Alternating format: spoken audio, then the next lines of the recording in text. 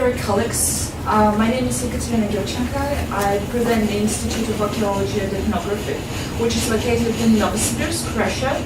It's the center, the heart of Siberia. So I'm very happy to be here today and to present the results of the collaboration work with the Institute of Archaeology of the North.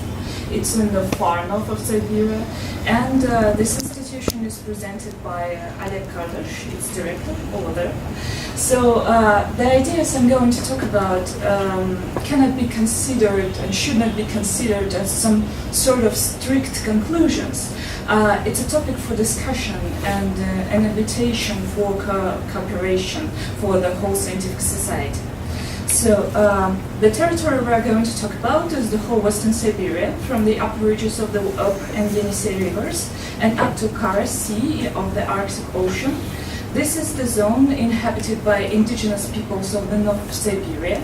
So the Hanti, Mansi, Silkups, Kets, Evenks, Yukagirs, Eskimos and others, which are hunters and gatherers. There was no agriculture due to climate conditions. Only with the arrival of Russian settlers who were Christians and farmers, their way of life and diet changed somehow. So the question we're going to talk about today are the processes of formation of Asian indigenous peoples of Northern Russia, which have been studied really very little. And it is obvious that humankind was not formed somewhere in the north of Siberia. All of them were migrants from the south. So resettlement of mankind to this area occurred already in the early Neolithic, when climate changes caused by global warming of the Atlantic climate period opened to the inhabitants of the south the way to the north. So it is the time of increasing mobility of population groups in comparison, for example, with the Upper Paleolithic. So this process was very long, and of course there were several ways of migrations, but modern archaeological data show that the traces of human activities in the Neolithic were found on Novaya Zemlya, on Zhokhov Island, in the far north of Siberia. So according to the paleoecologists and endocrinologists in the early Neolithic, the middle and polar Ural was characterized by large forests, by a climate that enabled men to settle down in this region. So warm periods allowed the Asian tribes to migrate right up to the subarctic zone, but what were the initial points of these migrations? We don't know. So nowadays, the investigations of the frozen culture layer of archaeological sites such as Ust-Palui, Paluyский городок, Надымский городок, Buchta, Nakhodka demonstrate a huge collection of wooden, birch bark artifacts, textiles. And after starting working with these materials, to our surprise, we have found a lot of similarities between the North and the Southeast Asia. So some ornaments, geometric compositions, zoomorphic sculpture, pictorial tradition present in cultures of modern small nations demonstrate the possible links between, for example, Vietnam, southern China, and the north of Siberia. So of course, we don't say that, well, the Asian population of Southeast Asia could travel such a long way and to settle down to the northern Eurasia.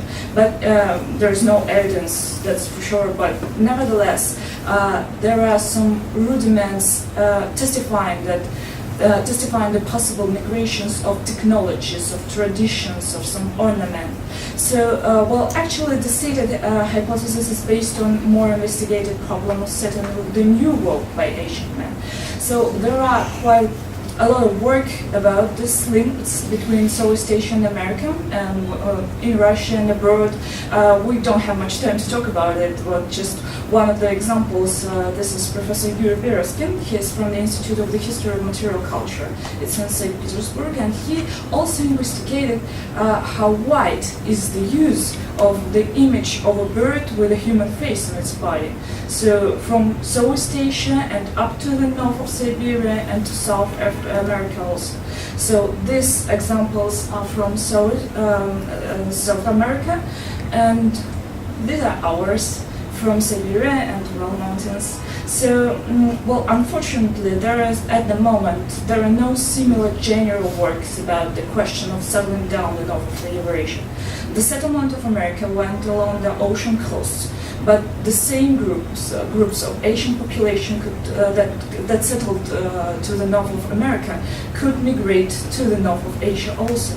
So, for example, it's just one of the hypotheses based by the book of Bagashov, Anatoly Bagashov. So it's one of the scientific publications that discusses the question of mankind resettlement to the north of Siberia. So according to him, there was a primary point of resettlement in South Asia, and then 3 migration routes. So this is one of the hypotheses. So we fully investigated the northern archaeological site, Nadymsky Городок. It's the middle and northern taiga zone. So in the archaeological materials, we have a group of boxes for sewing accessories with wicker ornament, and wicker goods with big color ornamentation made of birch bark or grass. So the basis was made from a rectangular piece of birch bark.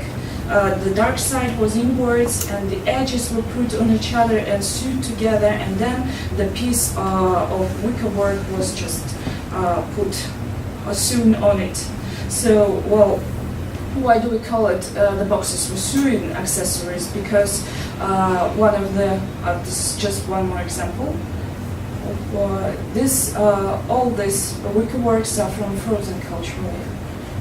So this is the earliest one. It's the 13th century. So it was just a woman burial, and the wicker boxes were near needle cases and needles. So these boxes can be connected with the female needlework. What is interesting that even later scratched ornaments from for example, Paluski Городок, this one, it's already the 17th century. Almost usually geometric. They replicate the earlier wickerwork. So geometric ornaments were so stable that they were even transferred to other material. And what was the reason for such a stability of geometric ornamentation? Because scratching actually allows you to make any form, any two-tone images. So geometric shapes are not an adaptation to drawing, an adaptation of drawings to the materials, because at first I thought that maybe birch bark is not that suitable for drawing round lights or something like that, but it's not, because we have found a woman's ship, and here you can see that on one side it was with vegetative lines, and on the other side geometry. And so the reason for this stable tradition is not connected with somehow, some material or something like that. It was tradition, very stable, very conservative. And actually, women needlework is one of the most conservative spheres of human activities. So information about technologies, technique was passed on by women from generation to generation and has remained unchanged for centuries. And why I'm talking about wickerwork? Nowadays, the technology of making a two-color wicker decoration, not only in the household but up to the walls of the houses themselves, is one of the characteristic features of many peoples of South Asia.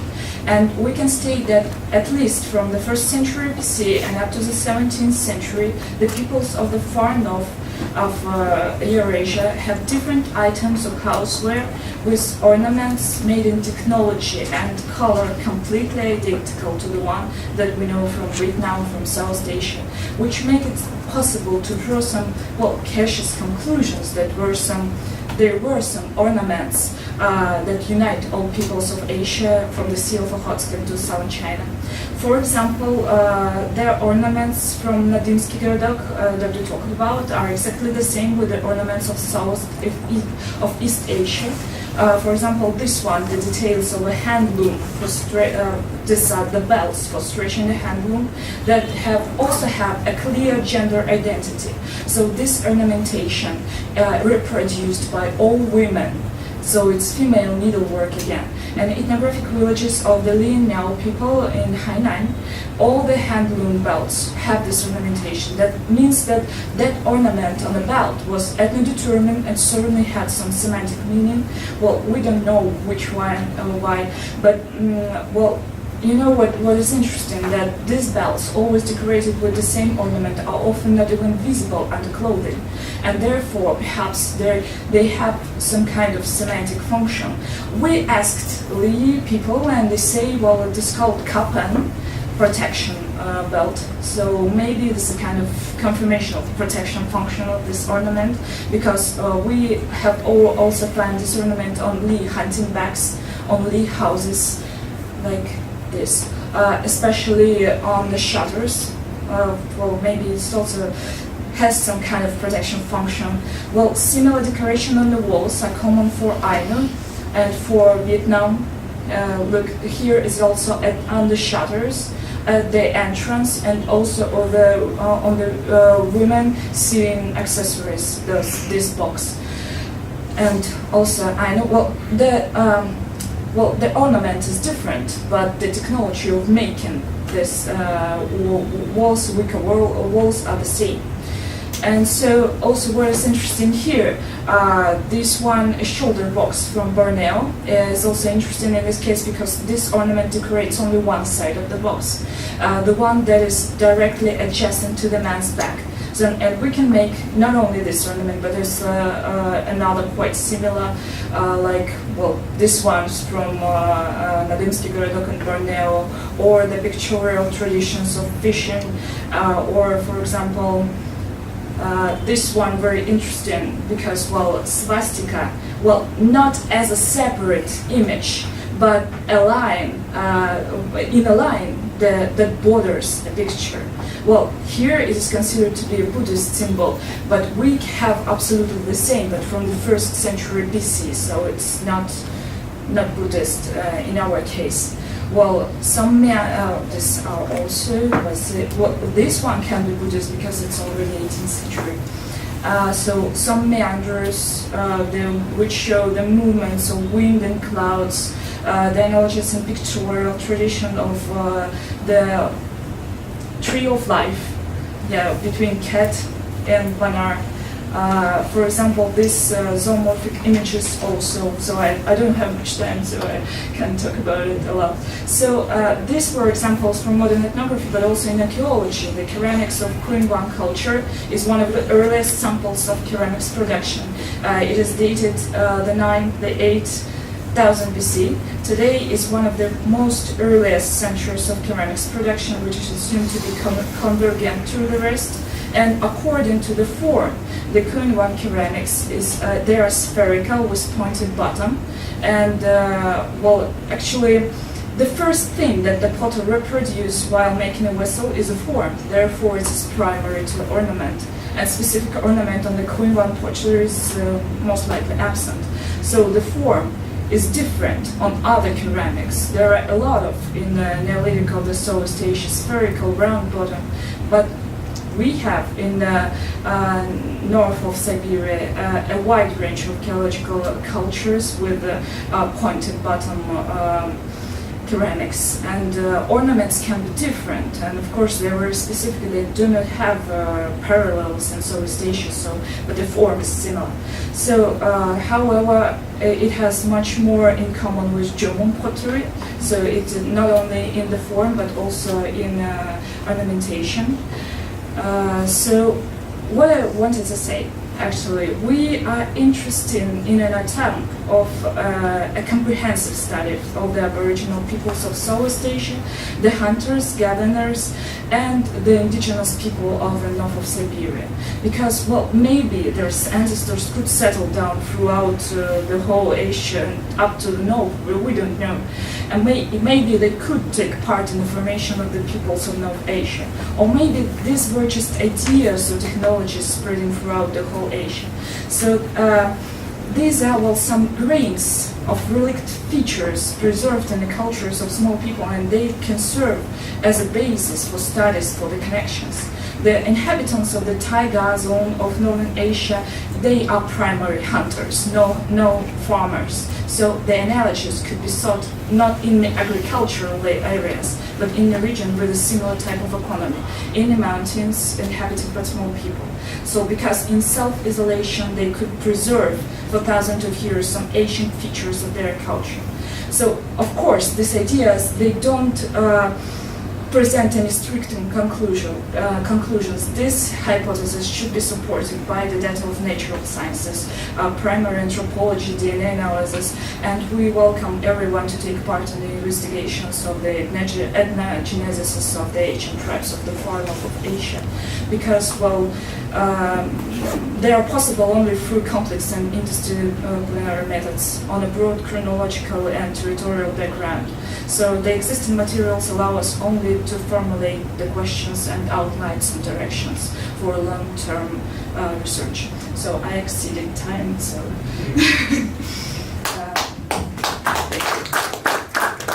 Thank you very much. We may need to skip questions for that one, but you can talk to our speaker maybe after the session. So we now move from Eurasia back to India.